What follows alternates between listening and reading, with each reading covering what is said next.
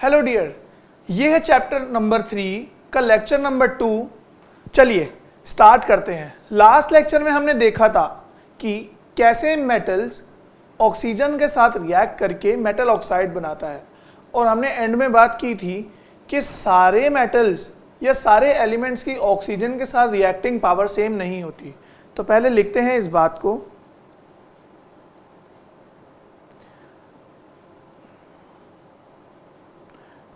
The reactivity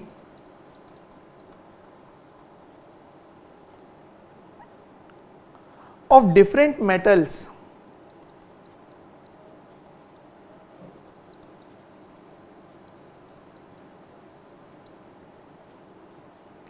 are different with O2। मतलब oxygen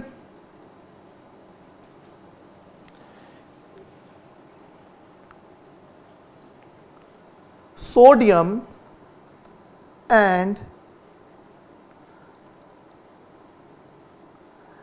and potassium reacts so vigorously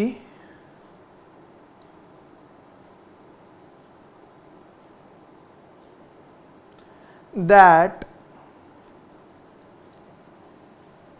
they catch fire if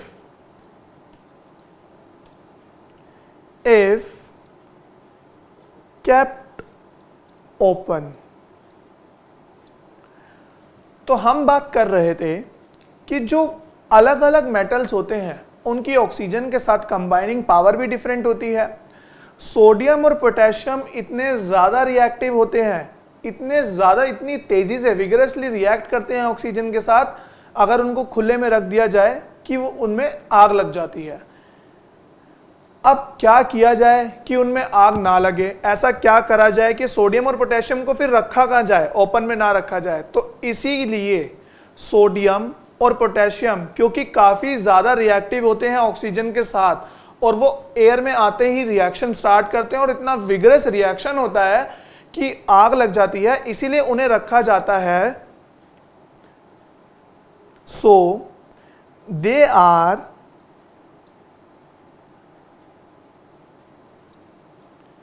kept immersed in kerosene।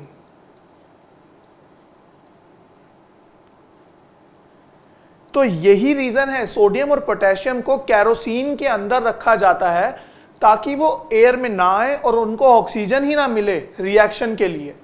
तो ये था reason sodium और potassium को kerosene oil में रखने का। चलिए अब अगली बात करते हैं। Surface of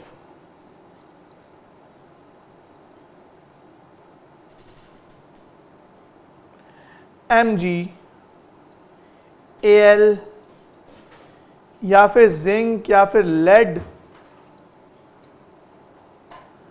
are covered with a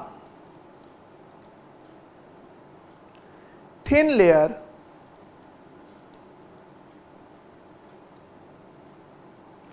of oxide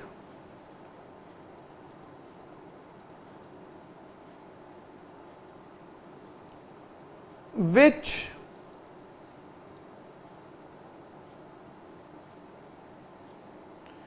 prevent them from further oxidation। Magnesium, aluminium, zinc, lead, ये कुछ ऐसे मेटल्स हैं, अगर इनको ओपन में रख दिया जाए तो सारे के सारा मेटल ऑक्साइड में कन्वर्ट हो जाता है।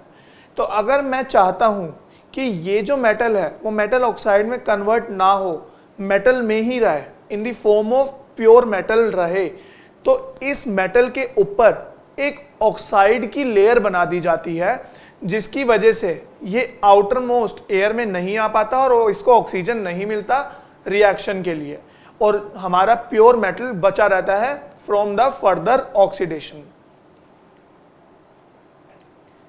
ये सारे बच्चों वो क्वेश्चंस हैं जो आपको एग्जाम में तंग करते हैं।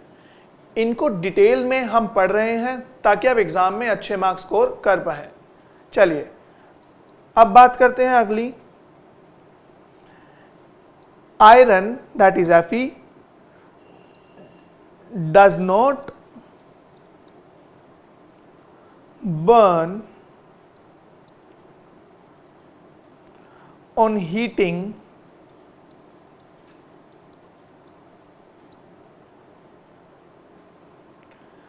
but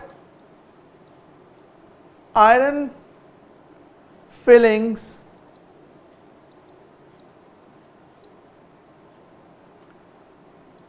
burn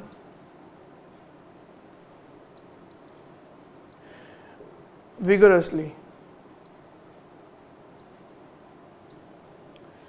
iron as a whole oxidation में नहीं जाता, मतलब, या फिर अगर हम बात करें कि जब हीट करता है, जब आयरन को जब हीट किया जाता है वो बर्न नहीं होता, पर आयरन फिलिंग्स बर्न विगोरसली। क्यों?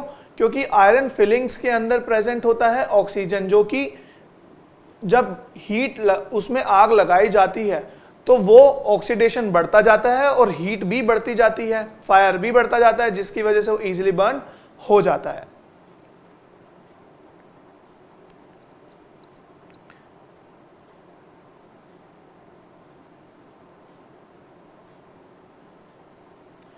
AU and AG does not react with oxygen. ये दोनों ऐसे मेटल्स हैं जो कि ऑक्सीजन के साथ रिएक्ट नहीं करते हैं, क्योंकि ये वैसे ही स्टेबल होते हैं और प्योर फॉर्म में एग्जिस्ट करते हैं। इनको मोर स्टेबल होने के लिए ऑक्सीजन के साथ रिएक्शन करने की कोई जरूरत नहीं होती। तो चलिए अब हम बढ़ते हैं अपने नेक्स्ट टॉपिक पर, दैट इज एम्फोटेरिक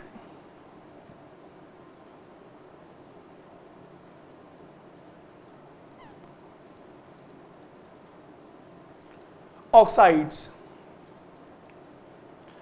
अब जैसा कि हमें नाम में दिख ही रहा है, यहां पर कुछ बात की गई है ऑक्साइड की।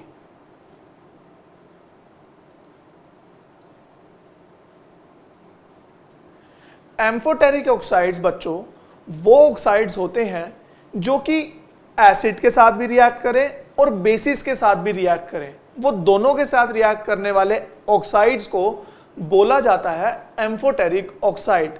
ये जब हम एग्जांपल लेंगे आपको और क्लियर हो जाएगा। सबसे पहले हम इसके लिखते हैं डेफिनेशन। ऐसे metal oxides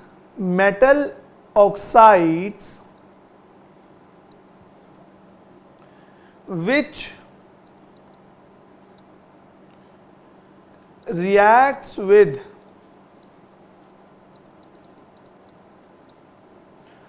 both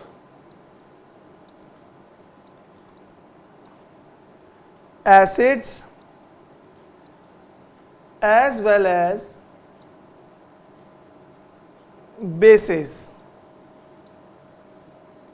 to produce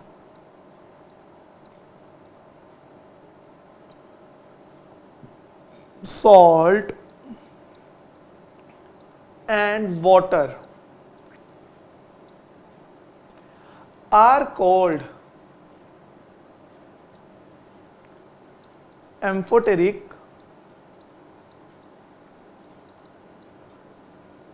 oxides।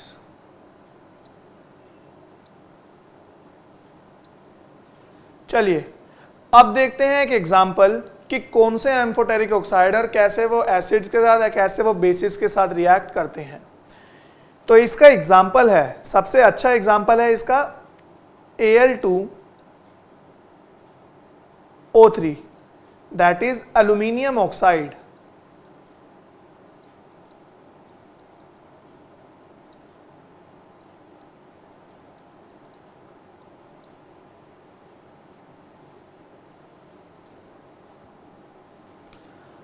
जब अल्यूमिनियम ऑक्साइड HCl के साथ, मतलब हाइड्रोक्लोरिक एसिड,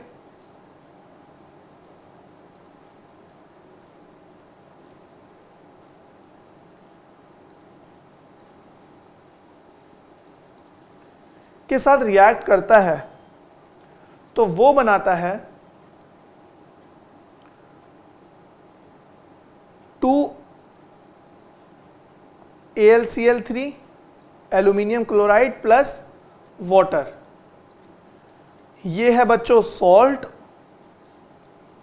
और ये है वाटर। अब Al2O3 ने जब एसिड से रिएक्शन किया तो सॉल्ट और वाटर बनाया। तो चलिए अब देखते हैं जब Al2O3 बेस के साथ रिएक्ट करेगा तो क्या बनाएगा। Al2O3 प्लस सोडियम हाइड्रोक्साइड,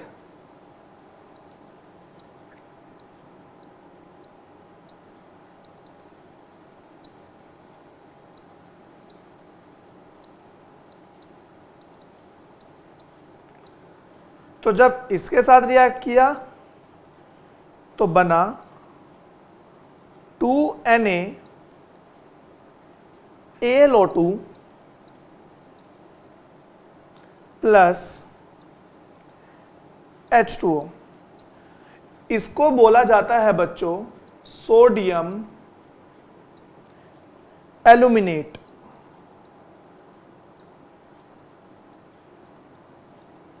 और ये तो वाटर ही है। ये भी एक तरह का है सॉल्ट। तो देखिए अब Al2O3 ने एसिड के साथ रिएक्ट किया और बनाया सॉल्ट और water, AlCl3 plus water. Al2O3 ने बेस के साथ रिएक्शन किया, दैट इज NaOH के साथ, फिर बनाया सोडियम एल्यूमिनेट और वाटर, एक सॉल्ट और वाटर। तो Al2O3 is an amphoteric oxide. क्यों? क्योंकि इसने एसिड के साथ भी, इस ऑक्साइड ने एसिड के साथ भी रिएक्शन किया, बेस के साथ भी रिएक्शन किया to form salt and water. ये था एम्फोटेरिक ऑक्साइड। अब हम नेक्स्ट देखेंगे कि जब मेटल्स वाटर के साथ रिएक्ट करते हैं तो क्या बनाते हैं।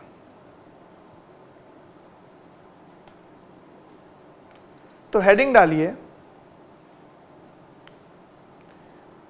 रिएक्शन ऑफ मेटल्स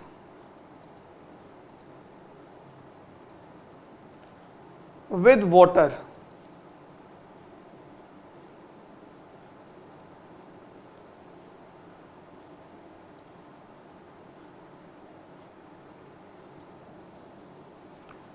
तो मेटल्स जो है,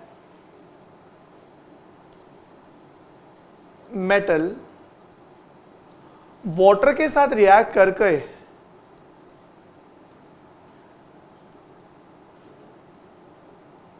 बनाते हैं मेटल ऑक्साइड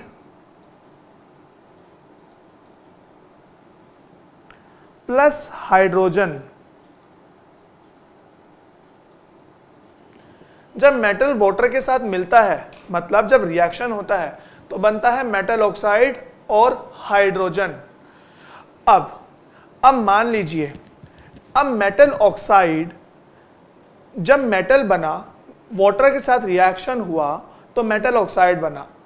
अब जब रिएक्शन हो रहा था उसमें पहले से ही कुछ मेटल वाटर बच गया। मतलब अगर मान लीजिए 1 यूनिट मेटल के लिए 2 यूनिट वाटर चाहिए होता है रिएक्शन के लिए।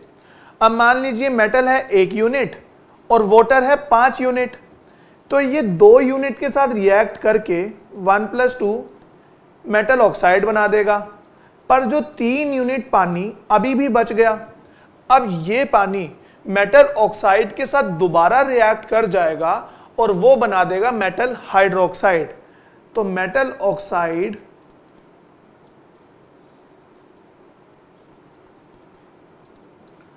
के साथ जब बचा हुआ वाटर मिला, जब रिएक्ट किया तो वो बना देगा मेटल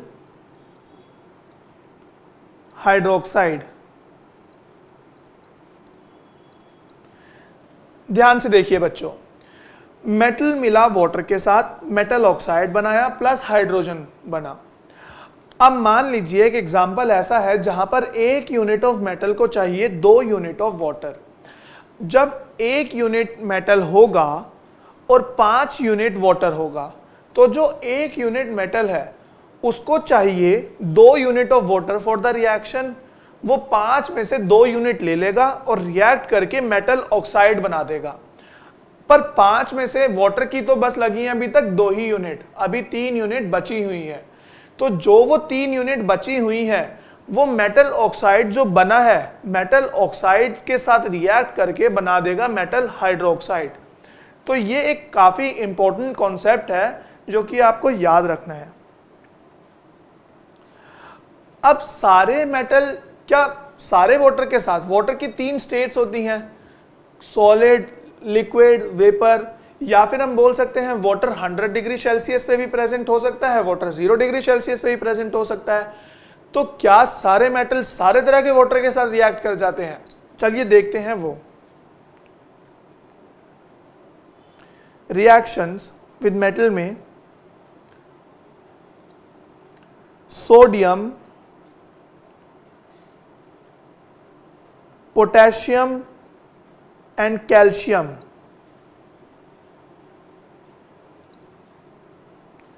जो हैं ये रिएक्ट करते हैं, रिएक्ट्स विद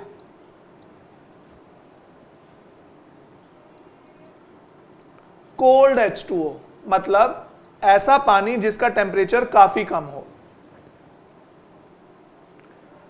अगर हम बात करें एल्यूमिनियम, जिंक या फिर आयरन की,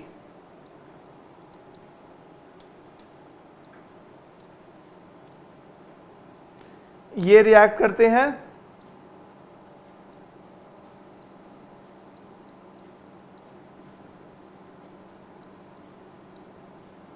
steam, that is water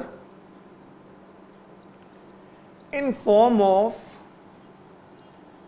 vapors।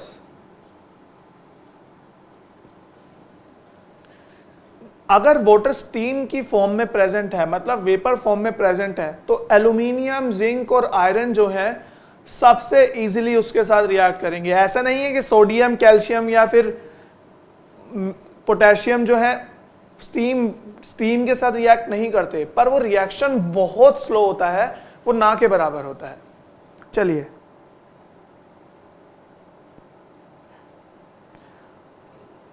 अब बात करें अगर पीबी, सीयू, एजी, एयू, अगर हम बात करते हैं इनकी,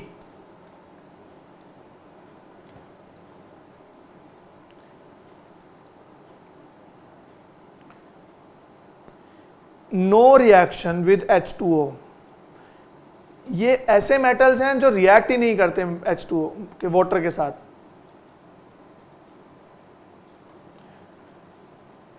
तो अगर आपको कहीं पर भी ये मेटल्स दिखते हैं और उसका रिएक्शन दे रखा होता है H2O से, तो आगे आप लिखोगे the reaction can't take place. चलिए ये थी बात वाटर पे से। अब एक क्वेश्चन लिखिए, why calcium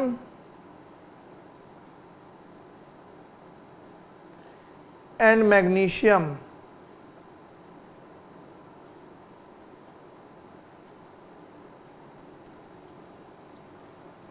floats in water?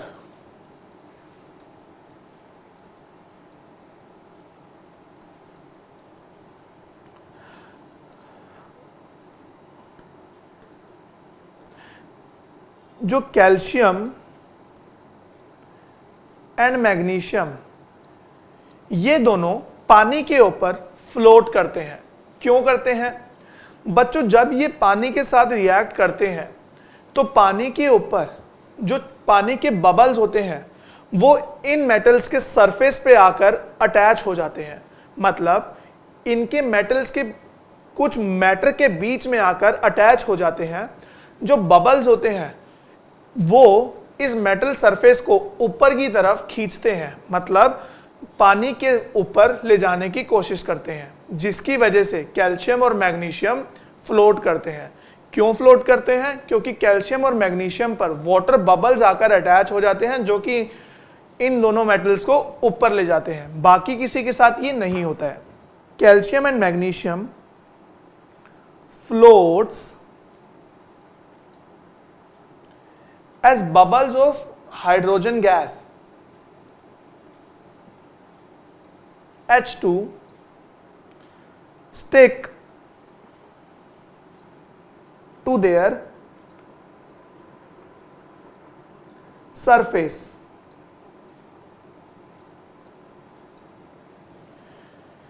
तो ये था बच्चों कैल्शियम और मैग्नीशियम का फ्लोट करने का रीजन।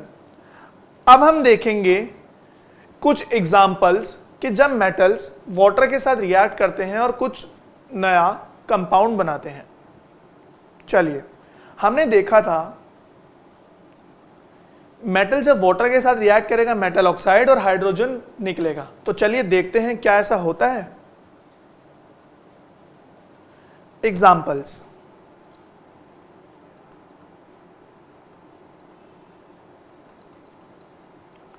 नंबर 1, जब सोडियम वाटर के साथ रिएक्ट करेगा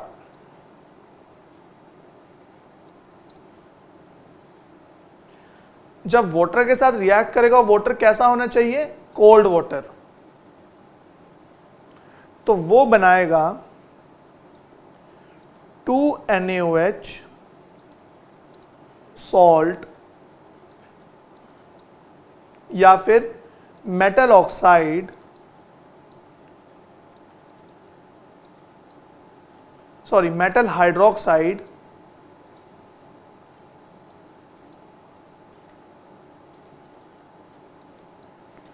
प्लस H2 प्लस हीट। तो यहां पर मेटल हाइड्रोक्साइड क्यों बना? आपको अब रीजन समझ आ रहा होगा, क्योंकि पहले सोडियम मेटल ऑक्साइड में बना होगा और जो वाटर प्रेजेंट होगा, वाटर ने सोडियम ऑक्साइड के साथ रिएक्ट करके उसको मेटल हाइड्रोक्साइड में कन्वर्ट कर दिया। चलिए दूसरा एग्जांपल देखते हैं। जब कैल्शियम वाटर के साथ रिएक्ट करेगा तो बनाएगा कैल्शियम हाइड्रोक्साइड। अब बच्चों आपको यहां पर हाइड्रोक्साइड फॉर्मेशन इजीली समझ आ रहा होगा कि कैसे हाइड्रोक्साइड फॉर्म हो रहा है, जबकि हमने पढ़ा था मेटल के साथ वाटर जब मिलता है तो वो ऑक्साइड बनाता है। वहां पर उस कॉन्सेप्ट को बताने का यही लॉजिक था, क्योंकि आपके जो एग्जाम में क्वेश्चंस आते हैं, आपसे जो पूछा जाता है वो हाइड्रोक्साइड पे ज्यादा पूछा जाता है, पर हाइड्रोक्साइड कैसे बनता है ये काफी बच्चों को नहीं पता होता है। मेटल हाइड्रोक्साइड की फॉर्मेशन हुई, दैट इज कैल्शियम हाइड्रोक्साइड। और एग्जांपल लें तो Mg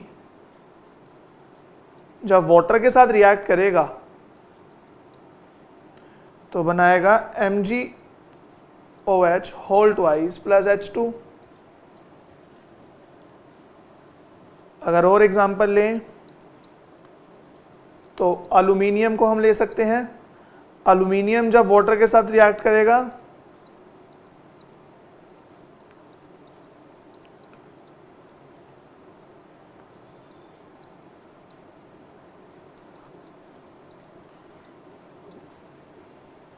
जो सबसे कॉमन रिएक्शन जो हम डे टू डे लाइफ में भी देखते हैं कि जब आयरन के ऊपर पानी पड़ता है तो आयरन कोरोड हो जाता है, आयरन पर जंग लग जाता है। अब वो जंग क्यों लगता है? जंग इसीलिए लगता है क्योंकि मेटल जो है मेटल ऑक्साइड में कन्वर्ट हो जाता है। तो Fe प्लस 4H2O बनाता है Fe3O4, that is metal oxide.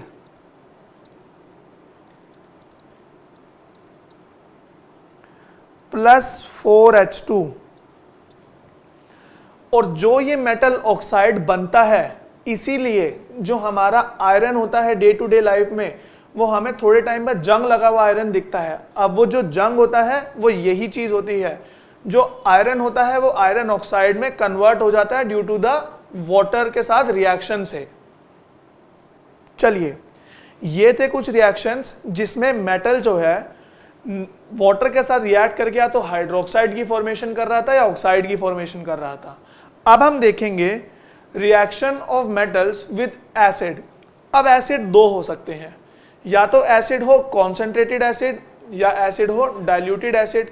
अब कॉन्सेंट्रेटेड एसिड वो एसिड होते हैं जिसके अंदर वाटर जो है बहुत ही कम प्रेजेंट है। मान लीजिए अगर 100 ml का एक सॉल्यूशन है तो 99% अगर उसमें एसिड और 1% वाटर है, या फिर 98% एसिड है 2% वाटर है, तो उन तरह के सॉल्यूशंस को हम बोलेंगे कॉन्सेंट्रेटेड सॉल्यूशंस या फिर कॉन्सेंट्रेटेड एसिड।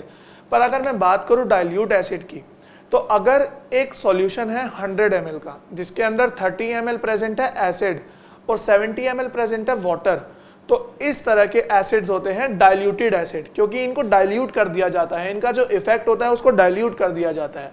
तो हम जो रिएक्शन पढ़ने वाले हैं वो डाइल्यूटेड एसिड के साथ पढ़ने वाले हैं। चलिए हेडिंग डालिए,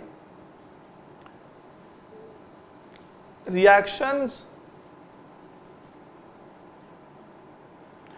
ऑफ मेटल्स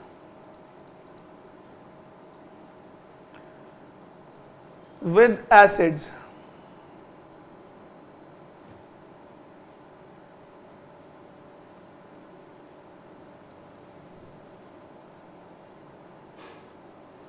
जब मेटल एसिड के साथ रिएक्ट करता है तो बनाता है सॉल्ट प्लस H2।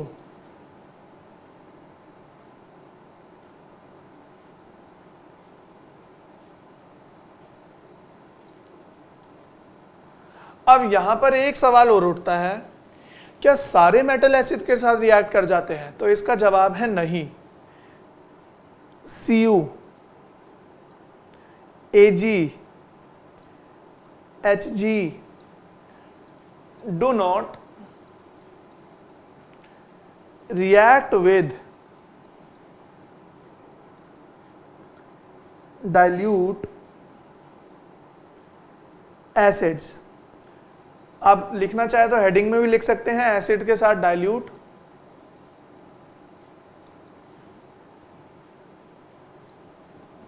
चलिए अब देखते हैं कुछ एग्जांपल्स।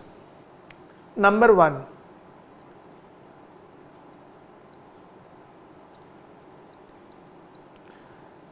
जब आयरन डाइल्यूट हाइड्रोक्लोरिक एसिड के साथ रिएक्ट करता है तो बनाता है FeCl2, एक सॉल्ट प्लस हाइड्रोजन। जब मैग्नीशियम डाइल्यूट हाइड्रोक्लोरिक एसिड के साथ रिएक्ट करेगा फिर बनाएगा ये MgCl2 plus magnesium chloride that is salt plus hydrogen. अगर ये रिएक्ट करेगा जिंक के साथ प्लस 2HCl बनेगा ZnCl2 प्लस H2। और अगर एल्यूमिनियम की बात करें, अगर एल्यूमिनियम रिएक्ट करेगा HCl के साथ तो वो बनाएगा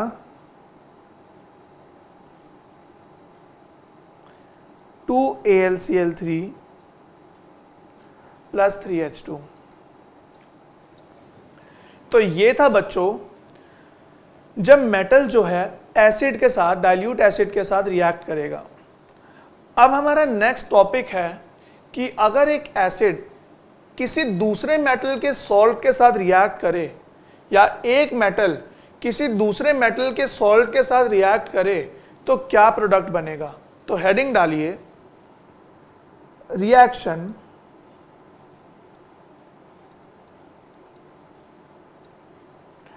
of metals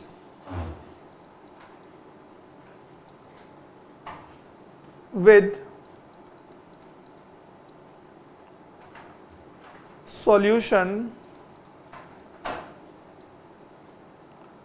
of other metal salts.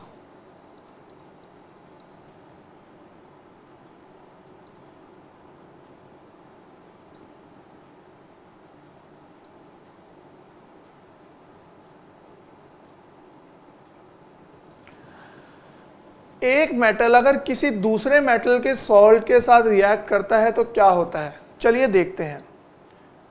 अगर मान लीजिए एक मेटल है, मेटल ए, वो रिएक्ट करता है salt solution of metal B,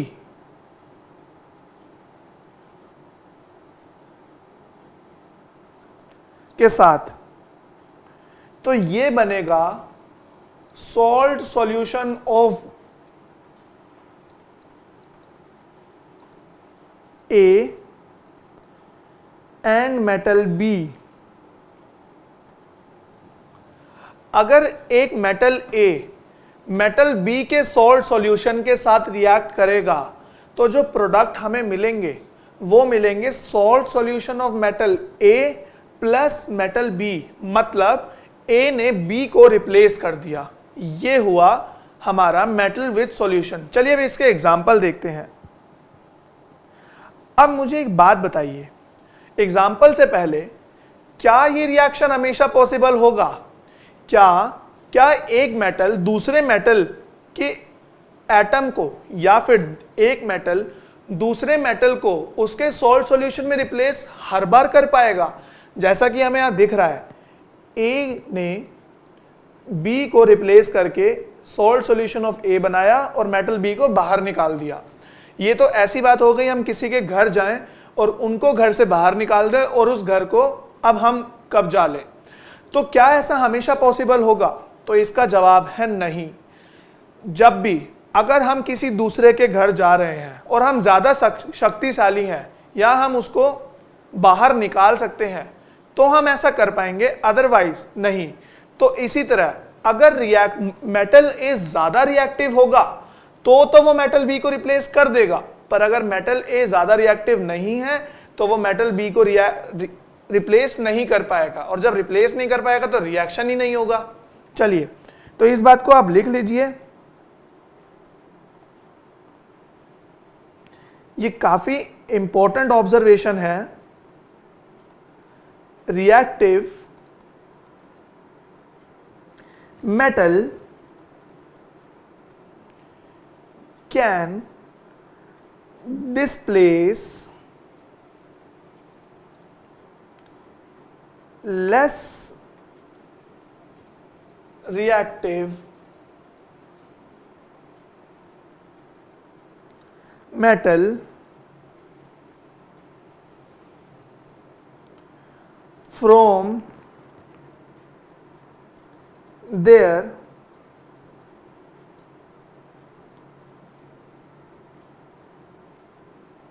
salt from their compound in solution form।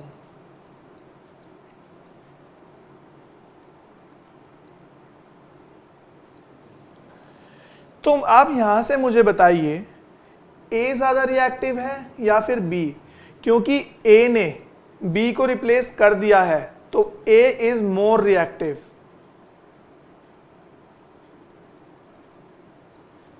And B is less reactive.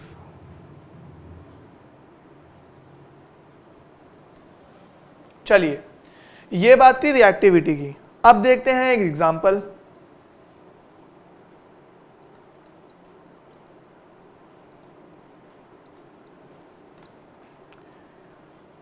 Iron जब कॉपर के सॉल्ट से रिएक्ट करता है, यहां पर मेटल ए है आयरन और मेटल बी है कॉपर, तो जब ये रिएक्ट करेंगे तो FeSO4 plus copper is formed. इससे क्या पता लगा? जो आयरन है इज मोर रिएक्टिव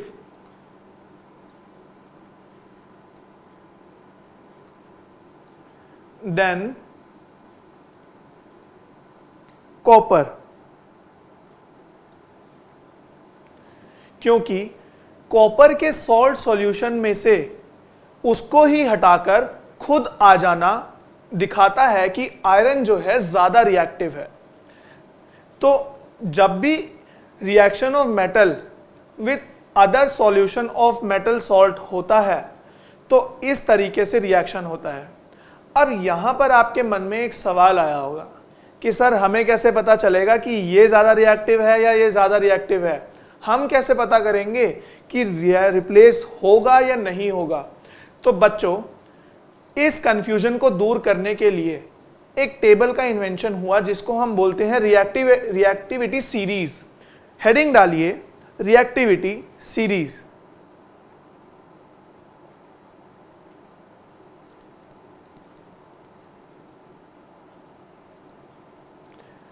तो ये एक ऐसी सीरीज है जिसमें एलिमेंट्स को on the basis of their reactiveness, जो सबसे ज्यादा रिएक्टिव उसको सबसे ऊपर लिखा गया, जो सबसे कम रिएक्टिव उसको सबसे नीचे लिखा गया। एक सीरीज बताई गई कि ये वो सीरीज है, जो सबसे ऊपर होगा वो नीचे वाले सारों को रिप्लेस कर पाएगा, जो नीचे होगा उससे नीचे अगर कोई एलिमेंट्स प्रेजेंट है वो उन सबको रिप्लेस कर पाएगा, ऊपर वालों को नहीं कर पाएगा। तो चलिए पहले लिखते हैं रिएक्टिविटी सीरीज और उसके बाद इसे समझेंगे।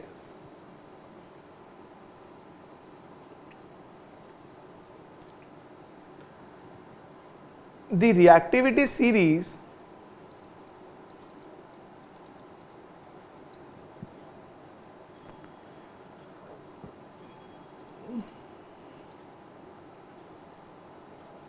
is a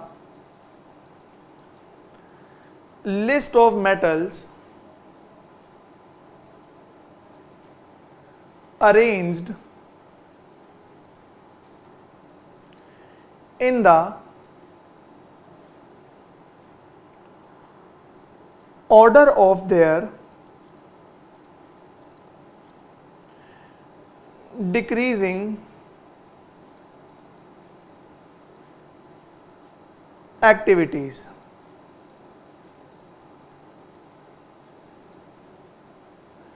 तो क्या थी रिएक्टिविटी सीरीज? चलिए देखते हैं। सबसे ऊपर था potassium, sodium, calcium, magnesium, aluminium, zinc,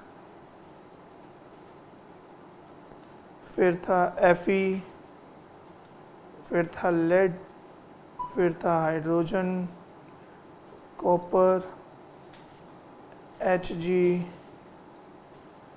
Ag and Au। तो इस तरीके से थी रिएक्टिविटी सीरीज। इस पॉइंट से यहां पर क्योंकि स्पेस खत्म हो गया था तो मैंने इसलिए यहां पर लिखा है। अब ये थी रिएक्टिविटी सीरीज। जो सबसे ऊपर वाला है वो है मोस्ट रिएक्टिव,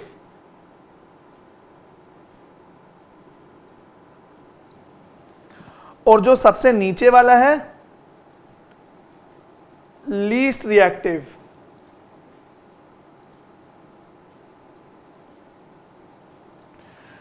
जैसे जैसे हम नीचे आते हैं तो रिएक्टिविटी डिक्रीज करती है, तो रिएक्टिविटी डिक्रीजेस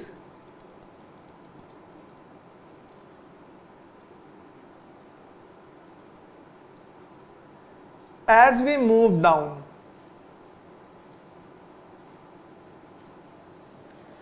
तो ये थी रिएक्टिविटी सीरीज। अब बच्चों, जो सोडियम है वो सारे के सारे, इसके नीचे जितने भी सारे एलिमेंट्स लिखे हुए हैं, अगर इनके सॉल्ट के साथ रिएक्ट करेगा तो सारे के सारे मेटल्स को रिप्लेस कर देगा, क्योंकि वो मोस्ट रिएक्टिव है। अगर बात की जाए कैल्शियम की, कैल्शियम जो है उसके नीचे लिखे हुए सारे एलिमेंट्स के सॉल्ट में से उन्हें रिप्लेस कर देगा, पर अगर कैल्शियम रिएक्ट करेगा सोडियम के या फिर पोटेशियम के सॉल्ट के साथ तो वो उन्हें रिप्लेस नहीं कर पाएगा। क्यों? क्योंकि कैल्शियम से ऊपर आते हैं वो दोनों और इनकी reactivity as compare to calcium ज्यादा होती है, तो इसलिए वो उनको रिप्लेस नहीं कर पाएगा। तो ये था रिएक्टिविटी सीरीज का यूज। अब नेक्स्ट लेक्चर में हम पढ़ेंगे कि कैसे रिएक्टिविटी विद मेटल्स या फिर नॉन मेटल्स कैसे वेरी करता है, कैसे रिएक्शन करता है, कुछ इनके एग्जाम्पल, और अपने इस चैप्टर को आगे बढ़ाएंगे। अगर इस लेक्चर में अगर आपको कोई भी डाउट है तो आप हमसे जरूर पूछ सकते हैं through chat. Thank you so much.